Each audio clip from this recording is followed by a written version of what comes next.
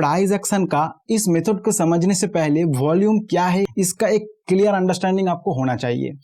तो देखिए वॉल्यूम का मतलब है जिस भी टाइम फ्रेम का आप चार्ट देख रहे हैं, जैसे मान लेते कि एक कैंडल बनता है और ये 5 मिनट का चार्ट है, तो इस दौरान जितना भी शेयर बाय सेल किया गया है उतना शेयर को इस तरह बार में दिखाया जाता है और इसी को वॉल्यूम कहा जाता है। जैसे मान लेते हैं यहाँ पे एक कैंडल है और ये नीचे इसका बार है, मतलब ये वॉल्यूम का बार है। तो इस कैंडल में मान लेते हैं 20 शेयर बाय किया गया और 20 शेयर सेल किया गया, तो उस 20 शेयर को यहाँ पे दिखाया गया है, तो यही बन गया वॉल्यूम। और अलग अलग कैंडल में अलग अलग क्वांटिटी शेयर बाय सेल किया गया तो उसको इस बार में दिखाया जाता है, इसी को वॉल्यूम कहा जाता है। तो अभी हमको क्या करना है, इस मेथड से देखना होगा जो भी कैंडल बन रहा है उसका बार बन रहा है, मतलब वॉल्यूम बन रहा है, उसमें एक हाई वॉल्यूम को ढूंढना है। जैसे यहाँ पे आप देख सकते हो इसका नॉर्मल वॉल्यूम से ये वॉल्यूम ज्यादा है, तो इस तरह का एक वॉल्यूम ढूंढना है। उसके बाद आगे क्या करना है वो मैं आपको बताता हूँ, लेकिन उसके पहले मैं बता दूं कि ये जो चार्ट आपको दिखाई दे रहा है ये कोटक महिंद्रा बैंक का चार्ट है और ये जो कैंडल आपके सामने दिखाई दे रहा है ये 1 डे टाइम फ्रेम का कैंडल चार्ट है। और इस मेथड को आप किसी भी टाइम फ्रेम में यूज कर सकते हो, जैसे वीकली टाइम फ्रेम में भी यूज कर सकते हो और इंट्राडे के लिए आप 15 मिनट और 5 मिनट टाइम फ्रेम में भी यूज कर सकते हो। और इस कैंडल का जो डेट है वो है 14 मार्च 2023। तो इसमें आपको सबसे पहले क्या करना है, इस तरह का एक हाई वॉल्यूम ढूंढना है। जैसे यहाँ पे एक हाई वॉल्यूम आया है, हाई वॉल्यूम का मतलब है उसका जो प्रीवियस वॉल्यूम बन रहा है उसका एवरेज वॉल्यूम से ज्यादा है, तो यहाँ पे ये एवरेज वॉल्यूम से ज्यादा है। अभी क्या करना है, जिस कैंडल में ये वॉल्यूम ज्यादा बना है उस कैंडल का हाई और लो से एक लाइन खींच लेना है। तो मैं यहाँ पे एक लाइन खींच लेता हूँ, जैसे ये इसका हाई, इसके ऊपर से एक लाइन खींचना है और इसका लो से एक लाइन खींचना है। अब एक चीज को आप यहाँ पे समझने की कोशिश कीजिए। देखिए जब भी किसी कैंडल में हाई वॉल्यूम बन रहा है उसका मतलब क्या है। देखिए कोई भी जो रिटेल ट्रेडर रहता है वो जब बाय सेल करता है तो वो कभी भी इतना हाई क्वांटिटी में बाय सेल नहीं कर सकते कि उसका वॉल्यूम इतना ज्यादा हो जाए।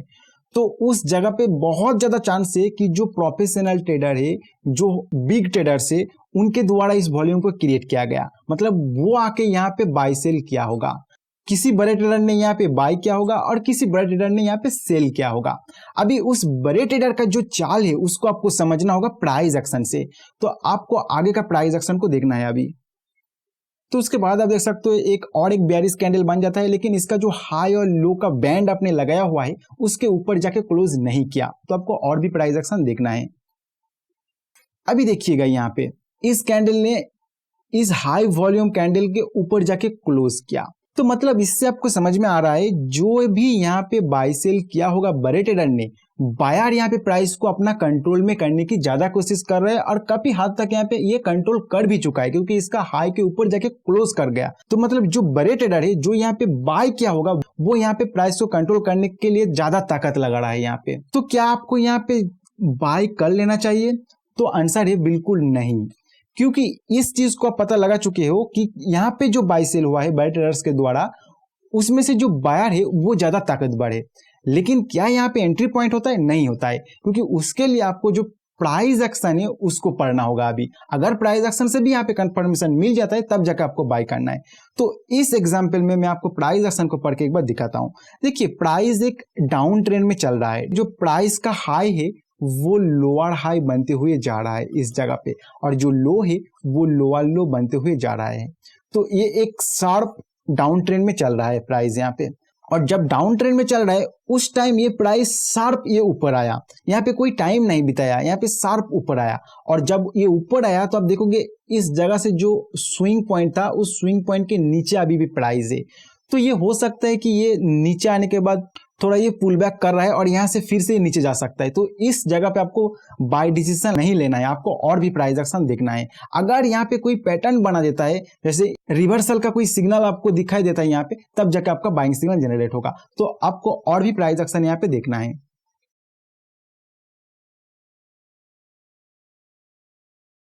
अब यहाँ पे देखिएगा उसके बाद प्राइस इस जगह पे थोड़ा टाइम बिताया, लेकिन जब प्राइस नीचे आ रहा था, मतलब सेलर प्राइस को अपना कंट्रोल में करने की कोशिश कर रहा था, तो जहां से प्राइस यहाँ पे बाउंस बैक हुआ उसको ध्यान से देखिएगा। यहाँ पे जो बड़े ट्रेडर अपना कंट्रोल लिया था प्राइस के ऊपर और हाई को क्रॉस किया था, उसी हाई को टच करके ये ऊपर जा रहा, मतलब अभी इस जगह को ये स्ट्रॉन्ग सपोर्ट मान रहा है, फिर ये ऊपर जा रहा है। और ऊपर जाते वक्त आप देखिएगा जब ये ऊपर गया फिर नीचे आया तो उस स्विंग को भी ये क्रॉस करके अभी जो रिसेंट कैंडल है वो क्लोज कर गया। तो प्राइस एक्शन से आप इस चीज को समझिए। देखिए ये लोअर हाई बनाते हुए आ रहा था, यहाँ पे लोअर हाई बनाते हुए आ रहा था, लेकिन रिसेंटली ये लोअर हाई को ब्रेक करता है और ये अभी इस लोअर हाई को ब्रेक करके एक हाई बनाता है। और नीचे साइड आप देखिएगा जो लोअर लो यहाँ पे चल रहा था, अभी वो लोअर लो को ब्रेक करके यहाँ पे एक हाई बना देता है। तो यहाँ से दिखाई दे रहा है कि जो डाउन ट्रेंड चल रहा था वो अभी रिवर्स हो सकता है, क्योंकि प्राइस एक्शन से भी आपको इस रिवर्सल का सिग्नल मिल रहा है। तो यहाँ पे आपको डबल कंफर्मेशन मिला, एक तो ये प्राइस एक्शन से आपको रिवर्सल का सिग्नल मिल रहा है और कैंडल स्टिक को देख के भी आपको लग रहा है कि प्राइस अभी ऊपर जा सकता है। सेकेंड, वॉल्यूम से आपको पता चल रहा है ये जो रिवर्सल आ रहा है इसके पीछे बड़े ट्रेडर्स का हाथ है, क्योंकि यहाँ पे बड़े ट्रेडर्स अपना बाय करके पोजीशन बना चुका है। ये आप सिर्फ पता लगा सकते हो वॉल्यूम को देख के। तो प्राइस एक्शन से आपको यहाँ पे बाय सिग्नल मिल चुका है और उसके पीछे बड़े ट्रेडर का हाथ है, उसका कॉन्फिडेंस भी आपको यहाँ पे मिल रहा है इस मेथड से। तो यहाँ पे मान लेते हैं बाय कर लिया, तो आपका स्टॉप लॉस कहाँ पे होना चाहिए? देखिए स्टॉप लॉस के लिए कोई भी फिक्स्ड रूल्स नहीं है। जिस टाइम आप वहां पे ट्रेड कर रहे हैं उस टाइम का प्रीवियस प्राइस एक्शन से आपको पता लगाना होगा कि कौन सी जगह स्टॉप लॉस रखने पर आप सेफ स्टॉप लॉस रख सकते हो। तो यहाँ से आप देखिएगा इस जगह एक स्ट्रॉन्ग सपोर्ट की तरह काम कर रहा है, तो उसी एरिया से थोड़ा नीचे आप अपना एसएल रख सकते हो। तो आगे प्राइस एक्शन में क्या हुआ था हम यहाँ पे देख लेते हैं। फिर आप देखिएगा प्राइस आगे धीरे धीरे ऊपर गया, इसके बाद एक स्ट्रॉन्ग अप मूवमेंट यहाँ पे नहीं आया। तो उसका पीछे भी एक कारण है, क्योंकि आप देखिएगा उसका प्रीवियस प्राइस एक्शन में यहाँ पे बायर और सेलर का फाइट हुआ और सेलर प्राइस को नीचे खींच लिया। फिर जब ये ऊपर आया, मतलब जो थोड़ा पुल बैक किया, तो वहां से सेलर फिर से प्राइस को नीचे खींच लिया। तो वही एरिया पे आके प्राइस अभी थोड़ा धीरे धीरे जा रहा है, क्योंकि इस जगह पे स्ट्रॉन्ग एक रेजिस्टेंस एरिया है। तो यहाँ पे भी ज्यादा सेलिंग प्रेशर आ रहा है, तो बायर प्राइस को उतना कंट्रोल नहीं कर पा रहा है इस जगह पे कि प्राइस को शार्प ऊपर ले जाया जाए। लेकिन जैसे ही धीरे धीरे प्राइस इस एरिया में आता है और बायर अपना कंट्रोल को भी यहाँ पे स्ट्रॉन्ग रखना शुरू करता है, तो उसके बाद आप देखिएगा प्राइस गैप अप ओपन होता है इस जगह से, स्ट्रॉन्ग गैप अप। तो इसी तरह आप प्राइस एक्शन के साथ वॉल्यूम का इस मेथड को कंबाइन करके जो बड़े ट्रेडर है उनका चाल को समझ के उनके साथ ट्रेड कर सकते हो। ये जो मैंने आपको बताया गाइडलाइंस, इसको फिर से एक बार समझ लीजिए। आपको सबसे पहले जो नॉर्मल वॉल्यूम है उससे ज्यादा वॉल्यूम कहाँ पे बन रहा है उसको एक बार ढूंढना है। उसको ढूंढने के बाद जिस कैंडल में बना है उसका हाई लो से एक ट्रेंड लाइन खींच लेना है, फिर उसका ब्रेक होने का वेट करना है। अगर ये डाउन साइड ब्रेक होता है तो भी आपको उस जगह पे अपॉर्चुनिटी मिलेगा, अगर अप साइड ब्रेक होता है तो भी आपको उस साइड अपॉर्चुनिटी मिलेगा। लेकिन जब ब्रेक हो रहा है क्या तुरंत आपको बाय सेल करना है? नहीं करना है। उसके बाद प्राइस एक्शन को पढ़ना है और उस प्राइस एक्शन के अकॉर्डिंग आपको बाय सेल डिसीजन लेना है। जैसे और एक एग्जांपल मैं आपको दिखाता हूं ताकि आपको समझ में आ जाए। ये था अप साइड के लिए, अभी डाउन साइड के लिए मैं आपको यहाँ पे दिखा देता हूं। जैसे इसी चार्ट में आप देखिएगा इस जगह पे यहाँ पे जो वॉल्यूम बना हाई वॉल्यूम, उस जगह कैंडल ये है। तो यहाँ पे आपको क्या करना है, इसका हाई से एक ट्रेंड लाइन खींच लेना है, इसका लो से एक ट्रेंड लाइन खींच लेना है। मतलब इससे आपको पता चल गया कि यहाँ पे जो बाय सेल क्या होगा ये बड़े ट्रेडर के द्वारा किया गया। अभी बायर के हाथ में कंट्रोल है या सेलर के हाथ में कंट्रोल है वो आपको प्राइस एक्शन से पता चलेगा, फिर उसी हिसाब से आपको ट्रेड करना है। तो आपको देखना है कि इसके ऊपर जाके अगर क्लोज करता है तो बायर के हाथ में कंट्रोल है, इसके नीचे जाके क्लोज करता है तो सेलर के हाथ में कंट्रोल है। अगले दिन गैप अप ओपन होता है लेकिन सस्टेन नहीं कर पाता है, नीचे आ जाता है। फिर आप देखिएगा इस जगह पे आके प्राइस नीचे क्लोज हो जाता है। मतलब जो यहाँ पे बड़े ट्रेडर बाय सेल क्या होगा वो सेलर के हाथ में कंट्रोल आ चुका है। तो अभी आपको प्राइस एक्शन पढ़ना है। तो आप देखिएगा प्राइस एक अप ट्रेंड में था, यहाँ पे थोड़ा टाइम बिताया, फिर ब्रेकडाउन होता है इस जगह पे। ब्रेकडाउन होने के बाद ये शार्प थोड़ा नीचे आता है, यहाँ पे नीचे आता है और यहाँ पे सेल सिग्नल जनरेट करता है अभी। तो क्या यहाँ पे आपको सेल करना चाहिए था? तो मेरे हिसाब से अगर यहाँ पे आप सेल करोगे तो आपका जो स्टॉप लॉस होगा वो बहुत ऊपर हो जाएगा।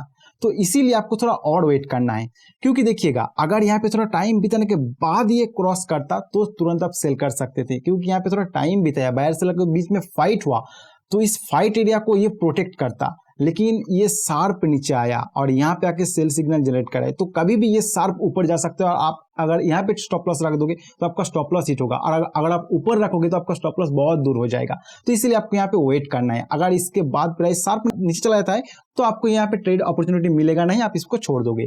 लेकिन यहाँ पे अगर थोड़ा टाइम बिताने के बाद फिर से अगर सिग्नल देता है तो आपको यहाँ पे सिग्नल मिल जाएगा। जैसे इसी केस में यहाँ पे हुआ, देख सकते हैं यहाँ पे थोड़ा टाइम बिताया और इस जगह पे ये फिर से एक सिग्नल दिया, तो यहाँ पे आपका सेल सिग्नल जनरेट हो जाता है और आप अपना स्टॉप लॉस रखोगे यहाँ पे जो ब्रेकडाउन हुआ उसके थोड़ा ऊपर। उसके बाद आप देख सकते हो प्राइस कितना नीचे गया।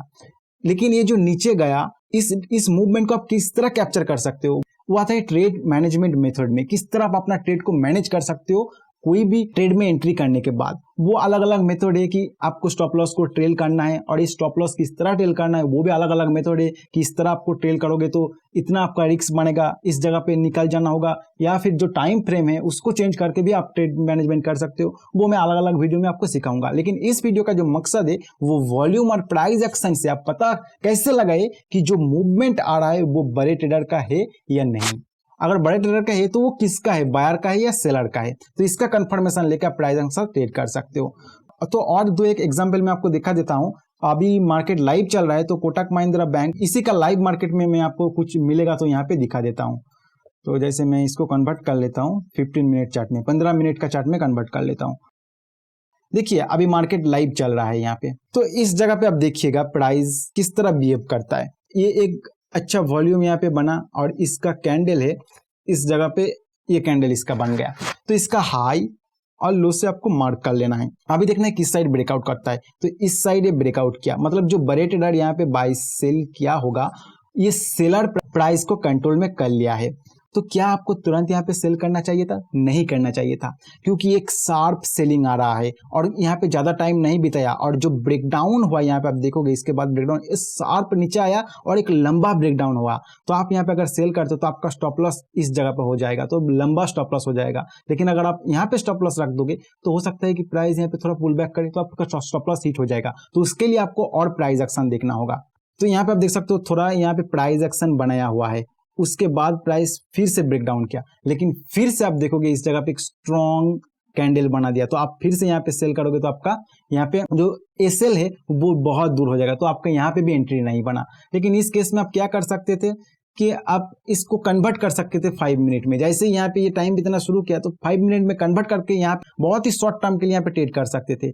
15 मिनट चार्ट में आप थोड़ा ज्यादा टारगेट रख सकते हो और 5 मिनट में आपको जो टारगेट है वो थोड़ा कम रखना होगा, तो यहाँ पे 5 मिनट में कन्वर्ट करके यहाँ पे ट्रेड कर सकते थे। लेकिन 15 मिनट में आपको यहाँ पे ट्रेड सिग्नल नहीं मिला, फिर यहाँ पे आ गया प्राइस, तो यहाँ पे थोड़ा टाइम बिताने के बाद आप देखोगे इस जगह पे ये क्लोज हुआ और यहाँ पे आपका फिर से सेलिंग सिग्नल मिल चुका है, तो यहाँ पे आप सेल कर सकते थे और यहाँ पे आपका एसएल होगा। उसके बाद आप देखोगे प्राइस यहाँ धीरे धीरे नीचे जा रहा है, अभी भी लाइव चल रहा है, यहाँ पे प्राइस अभी चल रहा है। तो इसके बाद आपको क्या करना है, ये जो एसएल है इसको ट्रेल करना है। जैसे यहाँ पे आपका एसएल है, अभी ये कैंडल इतना स्ट्रांग बनने के बाद ये नीचे जा रहा है, तो आपका एसएल यहाँ पे आ जाएगा। फिर आगे का आपको ट्रेड को मैनेज करना है जैसे जैसे प्राइस एक्शन बनते हुए जाएगा, और अगर आपका टारगेट तक हिट हो जाता है तो आप एग्जिट कर सकते हो। टारगेट कैसे लेना है, तो इसका प्रीवियस प्राइस एक्शन देखिए कहाँ पे इसका फाइट एरिया था, वहां पे किस तरह का प्राइस एक्शन हुआ था, उसके अकॉर्डिंग आप यहाँ पे एग्जिट कर सकते हो।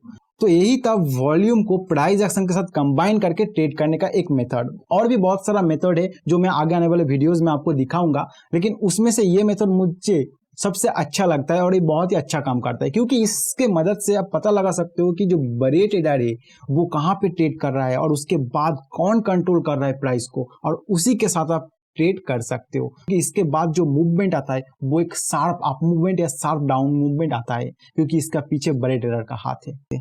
तो आशा करता हूँ ये मेथड आपको समझ में आया। अगर समझ में नहीं आया तो वीडियो को फिर से देखिए, फिर से देखने के बाद समझने की कोशिश कीजिए और लाइव चार्ट में आइए, उसमें ढूंढने की कोशिश कीजिए, फिर वहां पे किस तरह प्राइस एक्शन हो रहा है उसको देखिए। धीरे धीरे आप इस मेथड को आसानी से यूज कर सकते हो। अगर वीडियो अच्छा ना लगा, कुछ सीखने को ना मिला हो तो आपको क्या करना है पता है, लेकिन अगर वीडियो कुछ अच्छा लगा, कुछ सीखने को मिला है तो प्लीज वीडियो को लाइक कीजिए, और चैनल को सब्सक्राइब नहीं किया हो तो चैनल को सब्सक्राइब जरूर कर लीजिएगा। इस वीडियो में फिलहाल इतना ही, मिलते हैं नेक्स्ट वीडियो में नए कोई कंसेप्ट के साथ।